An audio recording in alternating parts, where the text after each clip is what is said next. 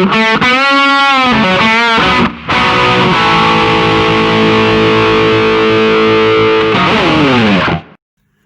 guys, this is going to be a quick one on how I weight my wheels.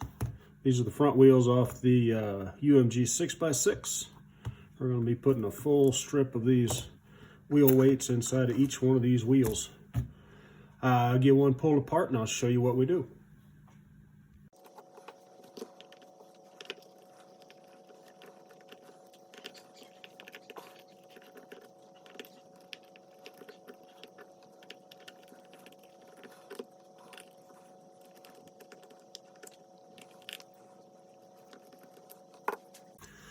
All right, after you've got all of those screws out of there, you can give a little bit of a push.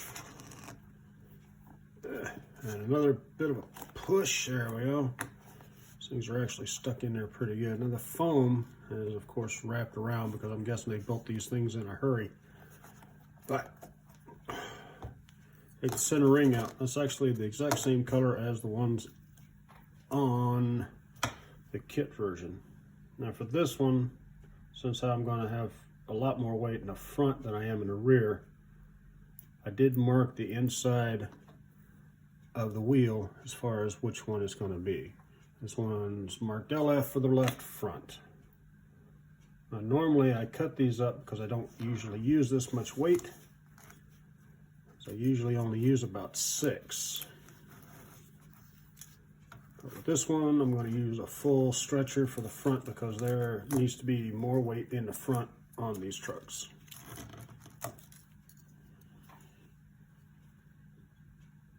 The easiest way to do a full strip is to just roll it up on the inner wheel.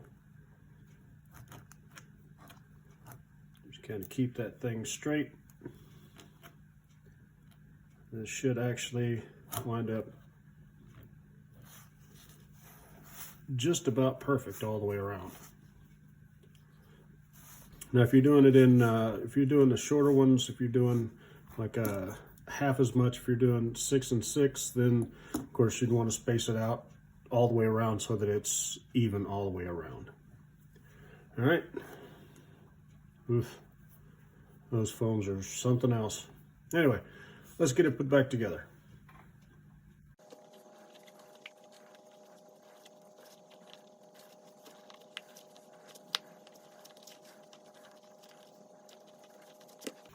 All right, with the extra size on that ring, it'll be a bit of a fight to get it around.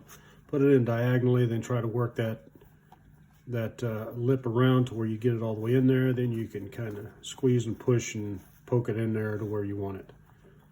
After that, it's as simple as putting it back together the way it came apart, provided you can actually get that frickin' foam to stay up there where it's supposed to be, like that.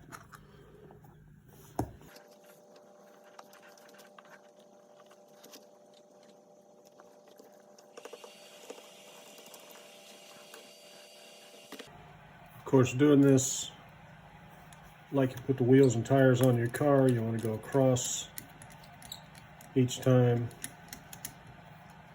so that you kind of keep that at an even pressure all the way around.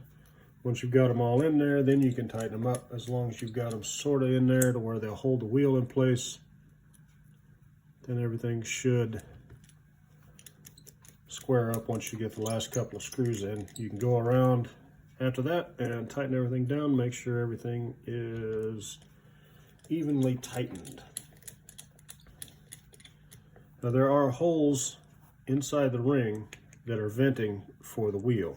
Make sure that you have one of those holes exposed when you do this, otherwise you're not going to have any venting. And then you're going to have to be like me and vent the tires anyway.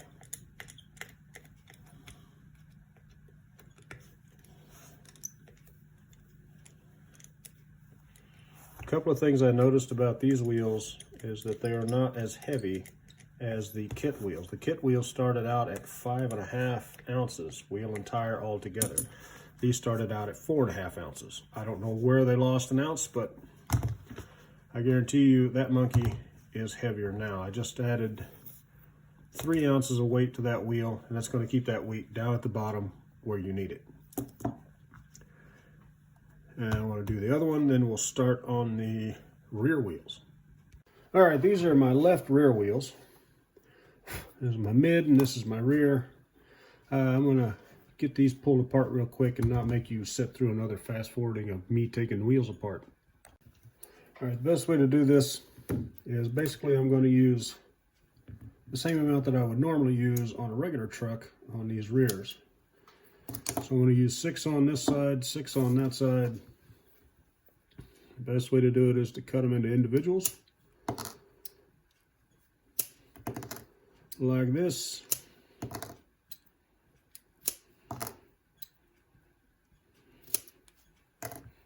Like this.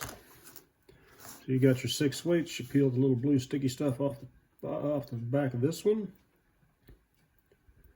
If your fingernails are still working for you, which mine apparently have decided I am a jerk and don't want to work for me anymore, just line that up and set it there. Now if you're going to do 6 of these, you want to try to get them evenly spaced. So just set it on that bottom one. Take the top one and put it on the top. And do the same thing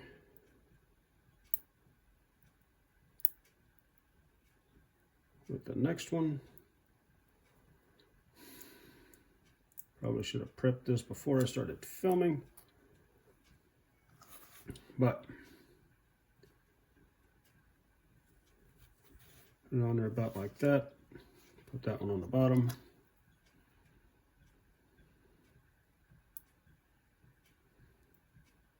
When you're using these weights, unless you're trying to make a speed run car, which I can't imagine why you'd want to weight the wheels on a speed run car, getting this absolutely perfect is not necessary.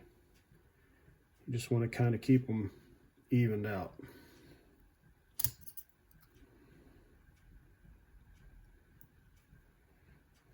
If you want to, you can cut one of the other ones up and use it as a spacer, where you can just lay in the spacer in between so that you can spacer them out just right.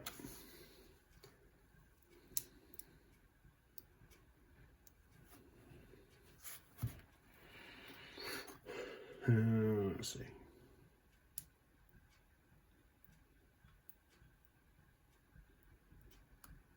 Come over there.